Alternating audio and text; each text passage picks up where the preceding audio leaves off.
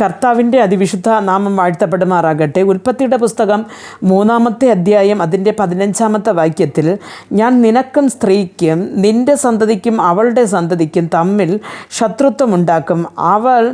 അവൻ നിൻ്റെ തല തകർക്കും, നീ അവൻ്റെ കുതികാൽ തകർക്കും എന്ന്. പ്രിയ ദൈവമക്കളെ, ഇവിടെ പറയുന്ന ദൈവം പൈശാചികന് കൊടുക്കുന്ന, അല്ലെങ്കിൽ ഹവ്വയെ വഞ്ചിക്കുവാൻ വന്ന ആ പൈശാചിന് കൊടുക്കുന്ന ഒരു ശാപവാക്കാണ് ഇത്. എന്തെന്ന് വെച്ചാൽ, യഹോവയായ ദൈവം ഏതെങ്കിലും ഒരു തോട്ടമുണ്ടാക്കി അവിടെ ഒരു ആദാമിനെ ഹവ്വയും അവിടെ ആക്കി അവരെ പരിചരിച്ചു കൊണ്ടുവന്നു.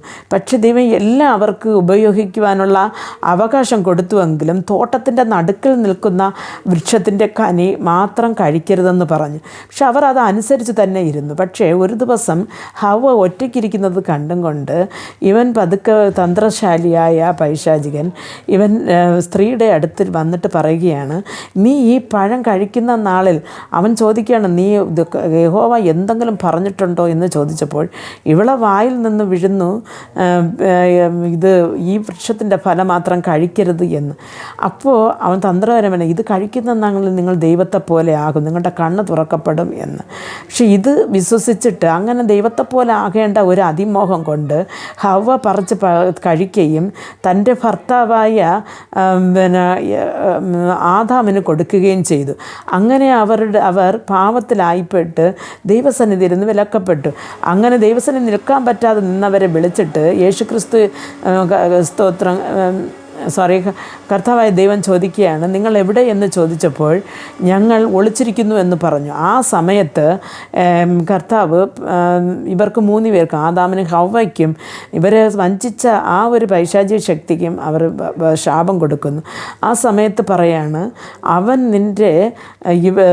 നിനക്കും അവൾക്കും നിൻ്റെ സന്തതിക്കും അവളുടെ സന്തതിക്കും ഞാൻ ശത്രുത വരുത്തും, അവളുടെ സന്തതിയെ അവൻ നിൻ്റെ തല തകർക്കും. അവിടെ പറയുന്നത് അവളെന്നല്ല, അവൻ നിൻ്റെ തല തകർക്കും എന്ന്. അപ്പോൾ ആ ഒരു വാക്കിൻ്റെ ഒരു നിവൃത്തിയാണ് യേശുക്രിസ്തുവിൻ്റെ ജനനം. അപ്പോൾ ക്രൂശിലെ എന്ന് പറഞ്ഞാൽ പാപത്തിന് മുഖാന്തരം നഷ്ടപ്പെട്ട സ്വർഗഭാഗ്യം മനുഷ്യന് തിരിച്ചു കൊടുക്കുവാൻ യേശുക്രിസ്തു ഒരു കുറ്റമില്ലാത്ത ഒരു രക്തം ചിന്തേണ്ടിയുണ്ട്. അപ്പോൾ അങ്ങനെ യേശുക്രിസ്തു ഈ ഭൂമിയിൽ വരികയും തന്നെ യാഗമായി അർപ്പിച്ച് തൻ്റെ രക്തം ചിന്തി നമ്മയൊക്കെ വീണ്ടെടുത്ത് നമുക്ക് നഷ്ടമായ സ്വർഗരാജ്യം നേടിത്തന്നിരിക്കുന്നു.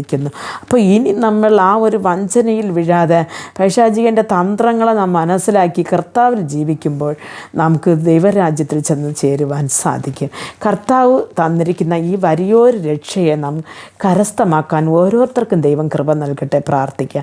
ഞങ്ങൾ അതിവാത്സല്യമായി സ്നേഹിച്ച് വഴി നടത്തിയ ഞങ്ങളുടെ സ്വർഗസ്ഥ പിതാവേ, ദൈവമേ, ഹവ്വ മുഖാന്തരവും ആദാം മുഖാന്തരവും നമുക്ക് നഷ്ടപ്പെട്ട സ്വർഗഭാഗ്യം നൽകുവാൻ കർത്താവെ, അങ്ങ് നൂറ്റാണ്ടുകൾക്ക് ശേഷം കാലസമ്പൂർണതയിൽ തൻ്റെ ഏകജാതനായ പുത്രനെ ഈ ലോകത്തിലേക്ക് അയക്കുകയും ഞങ്ങൾക്ക് വേണ്ടി കർത്താവ് ആ കുറ്റമില്ലാത്ത രക്തം ചിന്തപ്പെടുകയും പൈശാചികൻ്റെ തലയെ തകർത്തുകൊണ്ട് നമുക്കൊരു സ്വർഗഭാഗ്യം ദൈവമേ വീണ്ടും തുറന്നു വച്ചിരിക്കുന്നത് ഓർത്ത് ഞങ്ങൾ സ്തുതിക്കുന്നു.